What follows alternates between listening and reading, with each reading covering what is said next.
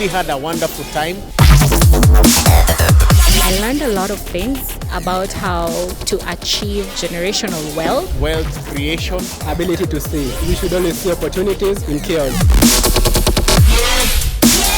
One of the quotes that stood out from Pius is that rest is a true indicator of achieving success in life. Hey, that one caught me by surprise.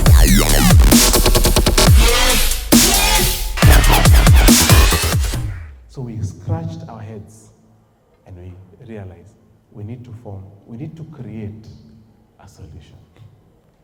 And Nabo Capital was created. To do what? To replicate for other people and institutions the successes that we are enjoying at Center. That's how I found myself working and founding Nabo Capital. Was there chaos? Was there void? There was. But underneath that, we saw order. We saw a solution. And we made crazy money. Now, if you are here and you want to have a takeaway, this is one takeaway. If you desire to tap into your God-given power to create, you must cultivate a deep appetite for hovering over chaos, challenges, and disorder. It is within these spaces that you will find the seeds of creating lasting human solutions. You must have an appetite for what? Chaos and disorder. But what is our natural instincts? Yeah? To run away. The very few people who are bold to look for chaos, where chaos is, they're the ones who really make the difference. And they're the ones money chases them. Have you ever wondered why the people who are always chasing money seems to be running away from them? Have you ever wondered? But have you also observed that the people who don't look for money keeps looking for them? Why? Because if you just focus on creating solutions, lasting solutions to human problems, you will never lack. That's a secret.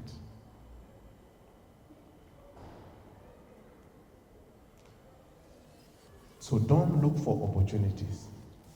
Look for chaos. Look for disorder. Look for void. Look for where people are complaining.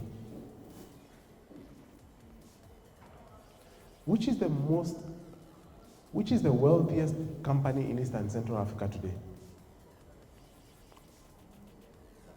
Safaricom, isn't it?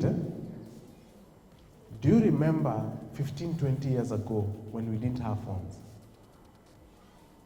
And your grandmother was ill and needed an urgent medical attention. How did you do it? You had to get into a bus or get into your car and go there. A whole day travel if you come from Western. Today,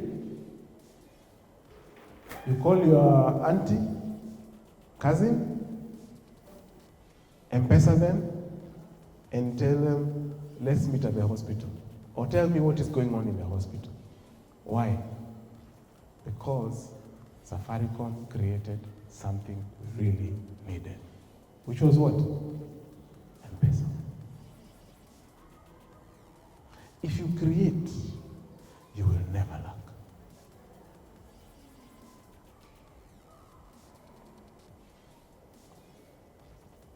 So, I'm going to have several closings. This is my first closing.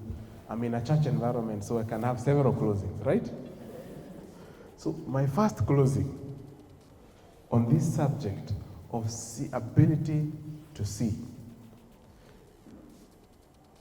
Billionaires possess an extraordinary knack for transforming chaos into tantalizing opportunities. They artfully navigate the stormy seas of chaos, emerging not merely unscathed, but invigorated. Harnessing the tempest to carve out new avenues of success and prosperity. In their eyes, disorder serves as a fertile ground for innovation, where challenges metamorphosize into golden chances waiting to be seized. Do you want to write that? Nirodi? You'll get it on video. So you must have a knack for looking for challenges and turn them into tantalizing opportunities. So the next time someone calls you and says, I'm looking for a job, what will you tell them? What will you tell them? Look for a problem to solve. Have you seen those street boys, when you get to the traffic lights, they come and they clean up your window? Have you encountered them? How do you feel? How do you feel? Besides being irritated, you feel like you owe them. You feel like you owe them. I'm telling you, if you leave this room right now, you go to your car and you left it dirty and you find it clean and sparkling, you will ask, who did this? And your next instinct will be, how much do I owe you? You didn't offer them. They didn't ask you.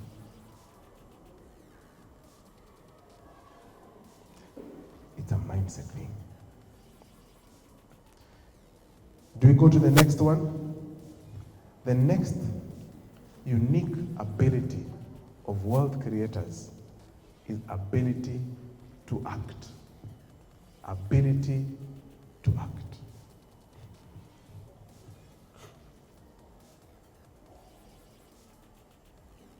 Now, you see, in chaos you see. In chaos you see, isn't it?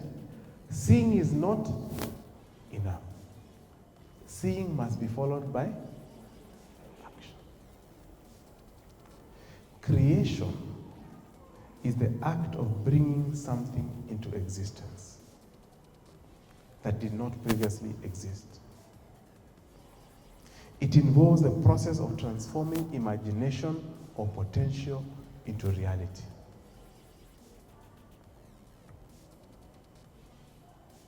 So something must move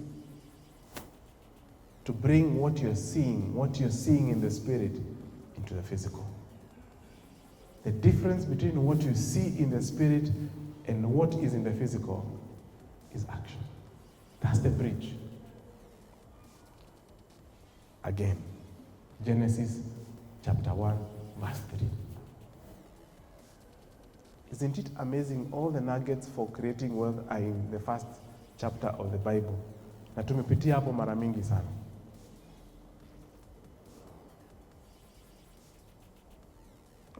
Let me take one example.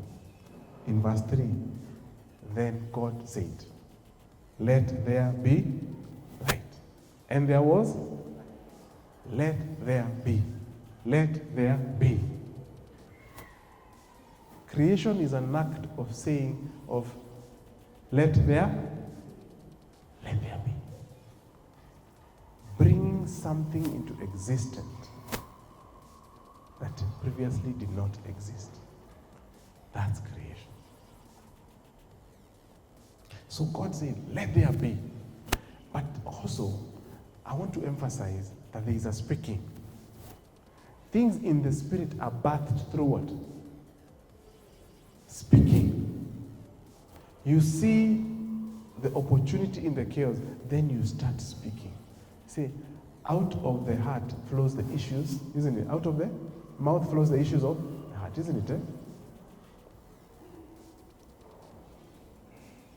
So creators don't merely recognize opportunities in chaos. They infuse them with life through their actions and vision.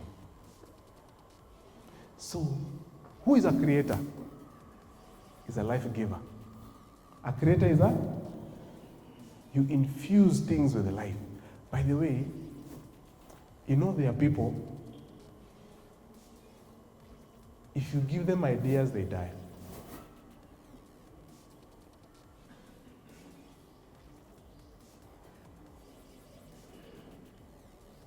And very few, you give them ideas, they incubate them and they infuse them with life.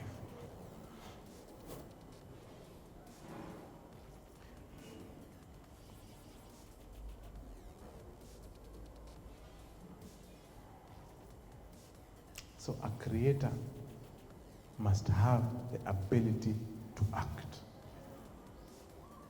Let there be. Speak things. Speak things. You know, the Bible says write your vision, isn't it? Where does that vision come from? It's coming from the Spirit, isn't it? And now you're speaking it out. You're speaking it out. You're articulating it. Once you write it, you start birthing it in the physical.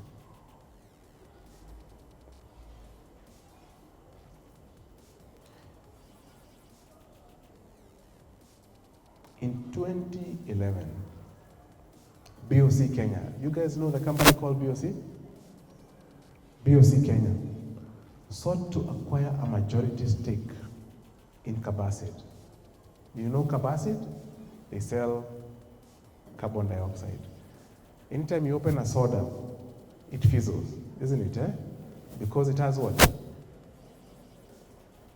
In all those companies selling such products are customers to Cabacid. So BOC Kenya sought to acquire a majority stake in Cabacid, but the deal fell through because they could not secure the required 80% approval from shareholders. Despite broad support, one major shareholder who owned about 22% stake opposed the deal, leading it to collapse. Cabacid's suspension from trading in the stock market by the regulator during this period left a major shareholder in financial distress. They needed money, but they could not trade the shares in the stock exchange. We got to know about the problem. This is after we had launched the quoted private equity portfolio. You remember? So we saw an opportunity in this chaos. Our quoted private equity strategy was activated as we swiftly negotiated an off-the-market price, and within 3 weeks navigated the regulatory hurdles. 3 months actually. And this rolling up your sleeves, this kind of effort is not what your typical investors in public markets desire. We acquired the shares for 418 million shillings. 24 months later, we exited with total proceeds of 1.2 billion shillings.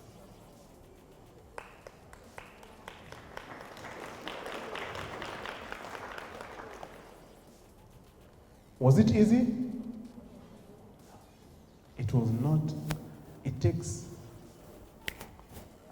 a few seconds to buy shares in the stock exchange.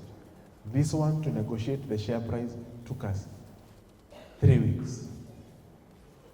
To get the deal over the line, 3 months, talking to regulator every day. But we solved a problem. Someone needed money. And that's how we made 1.2 billion. So it was a turbulent process, but by breathing life into a challenging situation, we were repaid with significant rewards.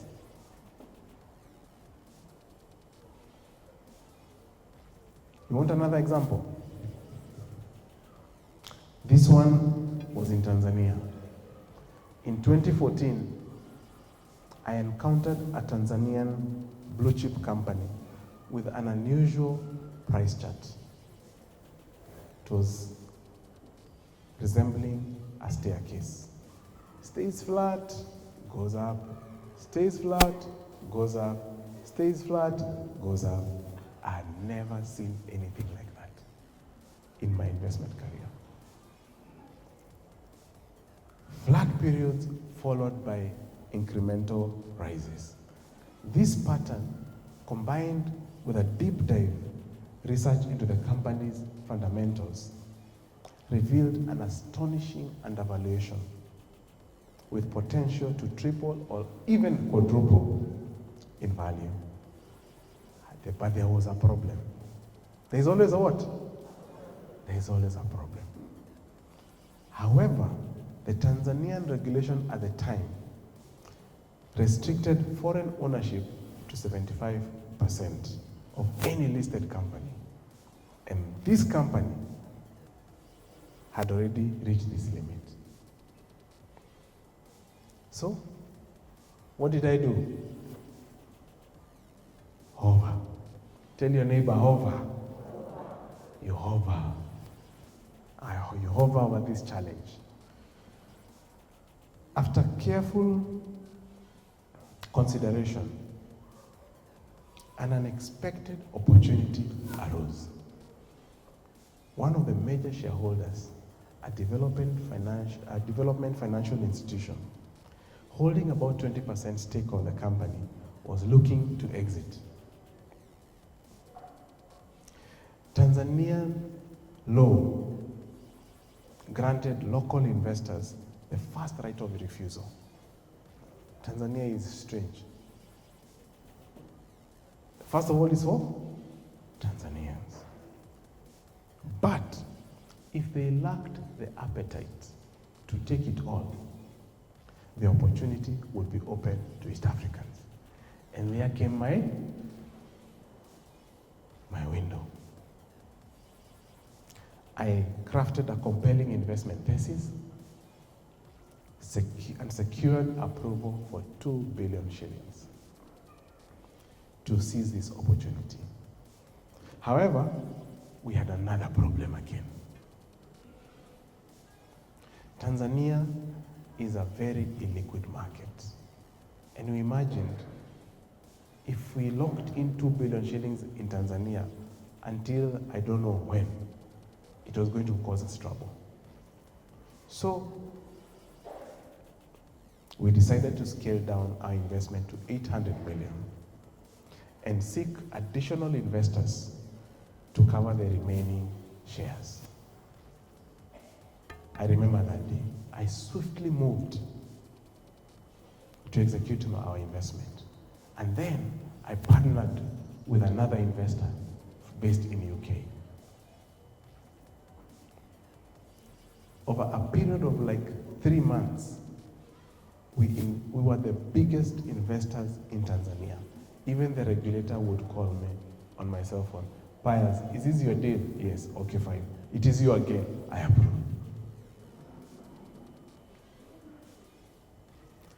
Almost immediately, the company began to attract global attention.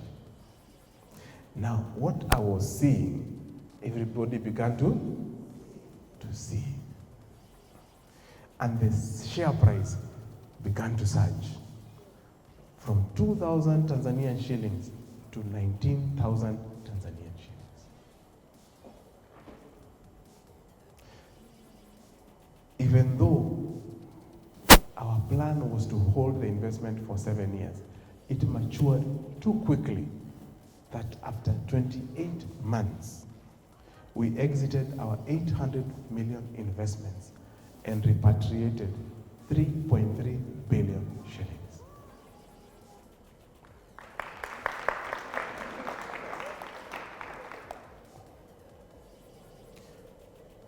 The journey was far from easy.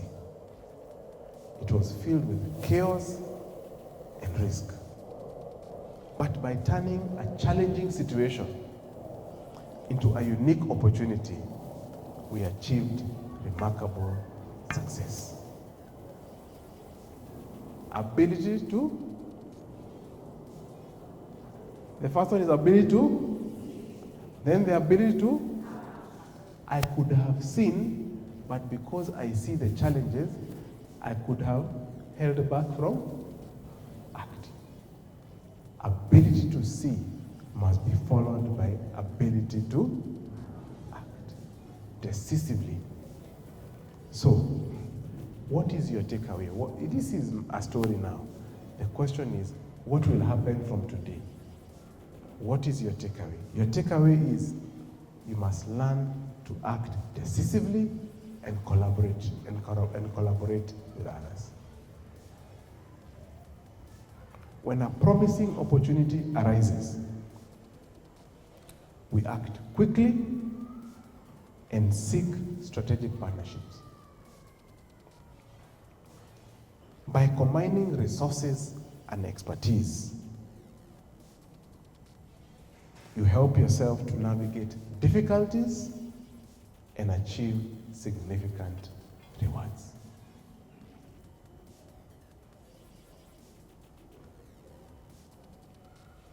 It's a takeaway. Act decisively and collaborate.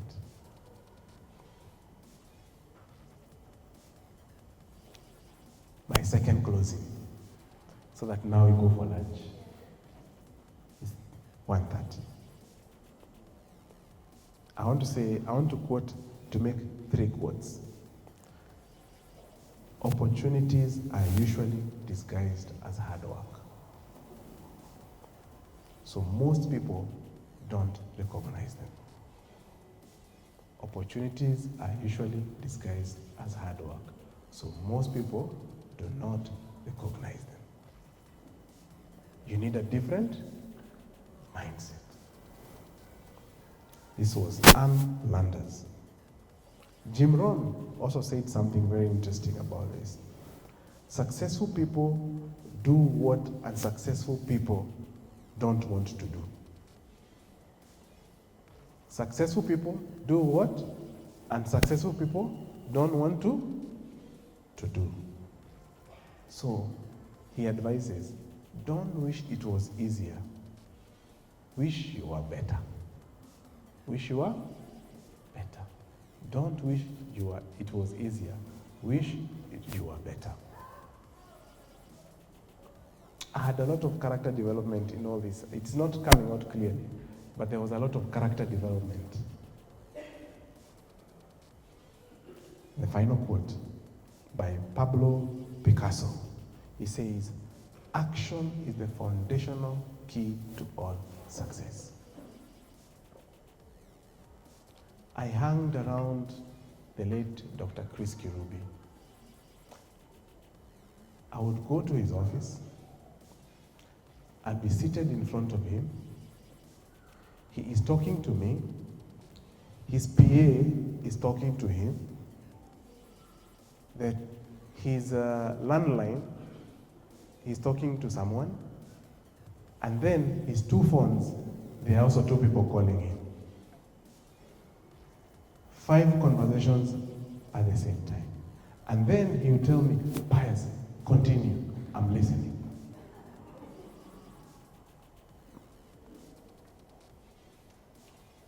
And he never missed anything. So I asked him, how do you do this and why do you do it? And he said, I only have 24 hours. And if I don't make my decisions, there will be repercussions. So he was listening from all quarters. But he would pick where to make decisions. In fact, one other thing that struck me about the late Dr. Chris Kirubi is that he picked every phone call. And I mean every phone call, even the unknown numbers.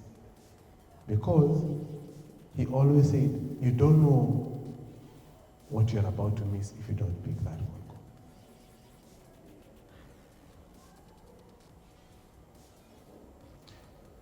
If he had an idea, and it was midnight, and that idea had something to do with Pius Moshiri or you, he called you at midnight. His philosophy was, don't do tomorrow what you could have done today. He will make sure he passes it on to you. Ability to act. So action is the foundational key